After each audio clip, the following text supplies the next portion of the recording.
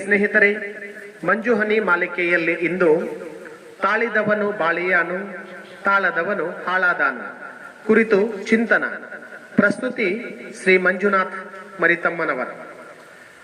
ಪ್ರಾಥಮಿಕ ಹಾಗೂ ಪ್ರೌಢಶಾಲೆಗಳಲ್ಲಿ ಪ್ರಾರ್ಥನಾ ಸಮಯದಲ್ಲಿ ನಾವೆಲ್ಲರೂ ಈ ಗಾದೆ ಮಾತನ್ನ ಹೇಳುತ್ತಿದ್ದೆವು. ಈಗಲೂ ಬಹುತೇಕ ಶಾಲೆಗಳಲ್ಲಿ ಹೇಳುತ್ತಾರೆ. ಆದರೆ ಆಗ ನಮಗೆ ಅದರ ಅರ್ಥವೇ ತಿಳಿದಿರಲಿಲ್ಲ. ಇನ್ನೊಂದು ಅರ್ಥಪೂರ್ಣ ಅಮರವಾಣಿಯನ್ನ ಮಹಾತ್ಮ ಗಾಂಧೀಜಿಯವರು ತಮ್ಮ ಆತ್ಮಕಥನ ಸತ್ಯದೊಂದಿಗೆ ನನ್ನ ಪ್ರಯೋಗಗಳು ದಲ್ಲಿ ಬರೀತಾರೆ. ತಾಳ್ಮೆಯಿಂದ ಪರ್ವತವನ್ನು ಏರಬಹುದು, ಸಮುದ್ರವನ್ನು ದಾಟಬಹುದು ಎಂದು. ಅದನ್ನವರು ಸಾಧಿಸಿ ತೋರಿಸಿದರೂ ಕೂಡ ಎಲ್ಲವೂ ವಿಫಲವಾದಾಗ ತಾಳ್ಮೆಯು ಸಫಲವಾಗುತ್ತದೆ. ತಾಳ್ಮೆ ಕಷ್ಟವಾದರೂ ಅದರ ಫಲ ಮಾತ್ರ ಸಿಹಿ. ಸ್ನೇಹಿತರೆ, ಬದುಕಿನಲ್ಲಿ ಸುಖ ದುಃಖಗಳು, ನೋವು ನಲಿವುಗಳು ಸರ್ವೇ ಸಾಮಾನ್ಯ. ನೋವು ದುಃಖಗಳಾದಾಗ ಹತಾಶರಾಗದೆ ಅದಕ್ಕೆ ಕಾರಣಗಳನ್ನ ಕಂಡುಹಿಡಿಯಬೇಕು. ಅವುಗಳ ನಿವಾರಣೆಗೆ ತಾಳ್ಮೆಯಿಂದ ಪ್ರಯತ್ನಿಸಬೇಕು. ಬದುಕಿನಲ್ಲಿ ಎಂತಹ ಕಷ್ಟ ಬಂದರೂ ಅದು ಪರಿಹಾರವಾಗುತ್ತದೆ. ಕಷ್ಟ ಪರಿಹರಿಸುವುದಕ್ಕಿಂತ ಕಷ್ಟ ಪರಿಹಾರವಾಗುವವರೆಗೆ ತಾಳ್ಮೆಯಿಂದಿರುವುದು ತುಂಬಾ ಮುಖ್ಯ. ಪರಿಸ್ಥಿತಿ ಸಂದರ್ಭಗಳು ನಿಮ್ಮ ವಿರುದ್ಧವಿದ್ದಾಗ ಅಥವಾ ಯಾರಾದರೂ ನಿಮ್ಮ ವಿರುದ್ಧ ಮಾತನಾಡುತ್ತಿದ್ದಾಗ ಪ್ರತಿಕ್ರಿಯಿಸದೆ ತಾಳ್ಮೆ ವಹಿಸಿ ಸುಮ್ಮನಿದ್ದು ಬಿಡಿ. ನಾವು ದುಃಖದಲ್ಲಿದ್ದಾಗ ನೂರಾರು ಜನ ನಮ್ಮೆದುರು ಹಾಗೂ ಹಿಂದೆ ಮುಂದೆ ಸಾವಿರಾರು ಕೊಂಕು ನುಡಿಗಳನ್ನು ಆಡುತ್ತಾರೆ. ಅವರ ಕೊಂಕು ನುಡಿಗಳಿಗೆ ಪ್ರತಿಕ್ರಿಯೆ ನೀಡಬಾರದು ಮತ್ತು ವಿಚಲಿತರಾಗಬಾರದು. ಮಾತನಾಡುವುದು ಅವರ ಸ್ವಾತಂತ್ರ್ಯ. ನಿಮ್ಮನ್ನು ಕೆರಳಿಸುವ ಉದ್ದೇಶದಿಂದ ಮಾತಿನ ಈಟಿಯ ಮೂಲಕ ನಿಮ್ಮನ್ನು ತಿವಿಯುತ್ತಿದ್ದರೆ ನೀವು ಯಾವುದಕ್ಕೂ ಕುಗ್ಗಬಾರದು. ಅವರೆಲ್ಲರ ಬಾಯಿ ಮುಚ್ಚಿಸುವುದು ನಿಮ್ಮಿಂದ ಸಾಧ್ಯವಿಲ್ಲ. ಅಂತಹ ಸಂದರ್ಭದಲ್ಲಿ ಕೋಪ ತಾಪಗಳ ಪ್ರದರ್ಶನ ನಿಮ್ಮ ದೌರ್ಬಲ್ಯದ ಸಂಕೇತವಾಗುತ್ತದೆ. ತಾಳ್ಮೆ ಕಳೆದುಕೊಳ್ಳದೆ ಪ್ರಾಮಾಣಿಕ ಪ್ರಯತ್ನದಿಂದ ಜಯ ಸಾಧಿಸಿದರೆ ಅದೇ ಬಾಯಿಂದ ನಿಮ್ಮನ್ನು ಹೊಗಳಲು ಶುರು ಮಾಡುತ್ತಾರೆ. ತಾಳ್ಮೆ ಎಂಬುದು ಕೋಪದ ವಿರುದ್ಧ ಪದ. ಭಾವನಾತ್ಮಕವಾಗಿ ಕಾಯುವ, ಕಾದು ನೋಡುವ, ಯಾವಾಗ ಮಾತನಾಡಬೇಕೆಂದು ಯೋಚಿಸುವ ಸಾಮರ್ಥ್ಯ. ತಾಳ್ಮೆಯಿಂದ ಕೋಪ ಕಡಿಮೆಯಾಗುತ್ತದೆ, ಸೃಜನಶೀಲ ಸಾಮರ್ಥ್ಯ ಇಮ್ಮಡಿಯಾಗುತ್ತದೆ. ತಾಳ್ಮೆಯು ಬಹುದೊಡ್ಡ ಅಪಾಯವನ್ನು ಇಲ್ಲದಂತೆ ಮಾಡುತ್ತದೆ. ಅದೇ ಒಂದು ಕ್ಷಣ ತಾಳ್ಮೆ ಕಳೆದುಕೊಳ್ಳುವುದರಿಂದ ಇಡೀ ಜೀವನ ಪರ್ಯಂತ ಪಶ್ಚಾತ್ತಾಪ ಪಡಬೇಕಾಗುತ್ತದೆ. ಸ್ನೇಹಿತರೆ, ಒಂದು ನಿರ್ದಿಷ್ಟ ಕಾರ್ಯವನ್ನ ವಹಿಸಿಕೊಂಡ ಮೇಲೆ ಯಾವುದೇ ಹಂತದಲ್ಲಿ ಅದರಿಂದ ಹಿಂದೆ ಸರಿಯಬೇಡಿ. ನಿಮ್ಮ ಅಮೂಲ್ಯ ಸಮಯ, ಶ್ರಮ, ಮನಸ್ಸನ್ನ ಪೂರ್ಣವಾಗಿ ಅದರೊಳಗೆ ವಿನಿಯೋಗಿಸಿ. ಹಾಗಾದಾಗ ನೀವು ನಿಜವಾಗಿ ಆ ಗುರಿ ಸಾಧಿಸುವಿರಿ.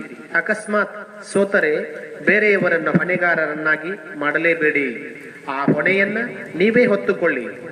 ತಲೆ ಇಲ್ಲದ ಕೋಳಿ ಅತ್ತಿಂದಿತ್ತ ಎಗರುವಂತೆ ಕೆಲಸ ಬದಲಿಸಬೇಡಿ.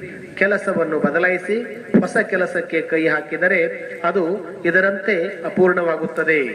ಅದೇ ಕೆಲಸವನ್ನ ಪೂರ್ಣ ಪ್ರಮಾಣದಿಂದ ಶ್ರಮ ವಹಿಸಿ ಮಾಡಿ ಮುಗಿಸಿ. ನೀವು ಅದರಲ್ಲಿ ಖಂಡಿತ ಯಶ ಸಾಧಿಸುವಿರಿ. ಅತ್ಯುನ್ನತ ಮಟ್ಟದ ಸಾಧನೆ, ಯಶಸ್ಸು ಪ್ರಾಮಾಣಿಕ ಪ್ರಯತ್ನದಿಂದ ಮಾತ್ರ ಸಾಧ್ಯ, ಮೋಸದಿಂದಲ್ಲ. ಅದೊಂದು ವೇಗ ಮತ್ತು ದೀರ್ಘಕಾಲೀನ ಪ್ರಯತ್ನ. ಅತಿ ವೇಗದಲ್ಲಿ ಕಾರ್ಯ ಸಾಧನೆಗೆ ಹೊರಟರೆ, ಅತಿ ವೇಗವಾಗಿ ವಾಹನ ಚಲಿಸುವಾಗ ಅಪಘಾತವಾದಂತೆ ತಾಳ್ಮೆಯಿಂದ ಅನಾಹುತಕ್ಕೆ ಎಡೆ ಮಾಡಿಕೊಡದಂತೆ ಫಲದ ಬಗ್ಗೆ ವಿಚಾರಿಸುತ್ತಾ ಉರದೆ ಸತ್ಕಾರ್ಯದಲ್ಲಿ ತೊಡಗುವುದನ್ನ ಅಭ್ಯಾಸ ಮಾಡಬೇಕು.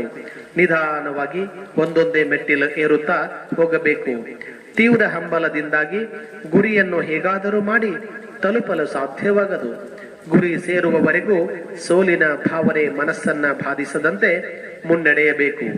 ಸೋಲಿನ ಮನೋಭಾವನೆ ಬಾರದಂತೆ ಇರಬೇಕಾದ್ರೆ ಪ್ರಾರಂಭದಿಂದಲೂ ಗೆಲುವನ್ನು ತಂದುಕೊಡುವ ಕೆಲಸವನ್ನ ಪೂರ್ಣ ಮನಸ್ಸಿನಿಂದ ಮಾಡಬೇಕು. ಸಾಧನೆಯಲ್ಲಿ ಸರಾಗವಾಗಿ ಮುನ್ನಡೆಯಲು ತಾಳ್ಮೆಯನ್ನ ಉಪಯೋಗಿಸಬೇಕು. ಆತ್ಮೀಯರೇ, ತಾಳ್ಮೆಯು ನಮ್ಮನ್ನು ಮಾನಸಿಕವಾಗಿ ಗಟ್ಟಿಗೊಳಿಸಿದರೆ ಮೌನವು ಭಾವನಾತ್ಮಕವಾಗಿ ನಮ್ಮನ್ನು ಗಟ್ಟಿಗೊಳಿಸುತ್ತದೆ. ವ್ಯಕ್ತಿಯೊಬ್ಬ ಸಮಚಿತ್ತದಿಂದ ಇದ್ದಾನೆ ಎಂದರೆ ಅವನಿಗೆ ಯಾವುದೇ ಸಮಸ್ಯೆಗಳು ಇಲ್ಲವೆಂದಲ್ಲ. ಎಲ್ಲ ಸಮಸ್ಯೆಗಳ ಬಗ್ಗೆ ಆತ ಹೊಂದಿರುವ ಮನೋಭಾವನೆ ಸರಿಯಾಗಿದೆ ಎಂದರ್ಥ. ಸಂದರ್ಭಗಳು ನಮ್ಮ ವಿರುದ್ಧವಾಗಿದ್ದರೂ ಸಮಚಿತ್ತ ಕಾಯ್ದುಕೊಳ್ಳುವುದನ್ನ ನಾವು ರೂಢಿಸಿಕೊಳ್ಳಬೇಕು. ಪರಿಸ್ಥಿತಿಯ ಆಗುಹೋಗುಗಳು ನಮ್ಮ ವರ್ತನೆ ಮೇಲೆ ನಿರ್ಧಾರವಾಗುತ್ತವೆ.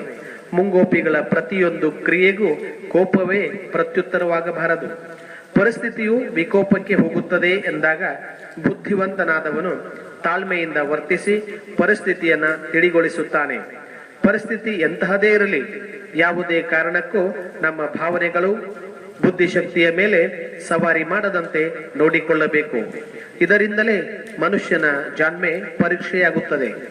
ಬಾಳಿನಲ್ಲಿ ವ್ಯಕ್ತಿಯ ಪ್ರತಿಯೊಂದು ಕ್ರಿಯೆಯೂ ಆತನ ಬುದ್ಧಿವಂತಿಕೆ ಹಾಗೂ ಮಾಪನವಾಗುತ್ತವೆ. ತಿಳುವಳಿಕೆಯಿಂದ ಭಾವನೆಯನ್ನ ನಿಯಂತ್ರಿಸಿ ಅದನ್ನು ಸರಿಯಾದ ದಿಕ್ಕಿನಲ್ಲಿ ತೊಡಗಿಸಿದರೆ ನಮ್ಮ ಜೀವನ ಶೈಲಿಯು ಬದಲಾಗುತ್ತದೆ. ಯಾವುದೇ ಘಟನೆ ನಡೆದರೂ ಅಲ್ಲಿ ಕಾಲು ಭಾಗದಷ್ಟು ಮಾತ್ರ ಕ್ರಿಯೆ ನಡೆಯುತ್ತದೆ. ಉಳಿದ ಮುಕ್ಕಾಲು ಭಾಗ ನಮ್ಮ ಪ್ರತಿಕ್ರಿಯೆಯ ಮೇಲೆ ಅವಲಂಬಿತವಾಗಿರುತ್ತದೆ. ನಮ್ಮ ಪ್ರತಿಕ್ರಿಯೆಯು ತಾಳ್ಮೆಯಿಂದ ಕೂಡಿದ್ದರೆ ನಮಗೆ ಎದುರಾದ ಎಂತಹ ಪರಿಸ್ಥಿತಿಯೂ ನಮ್ಮ ಪರವಾಗಿಯೇ ಬದಲಾಗುತ್ತದೆ. ತಾಳ್ಮೆಗೆ ಅಂತಹ ಅದ್ಭುತ ಶಕ್ತಿ ಇದೆ. ಪ್ರಿಯ ಸ್ನೇಹಿತರೆ, ಸಮುದ್ರಕ್ಕೆ ಸೇರುವವರೆಗೂ ನದಿ ಕಾಯಬೇಕು.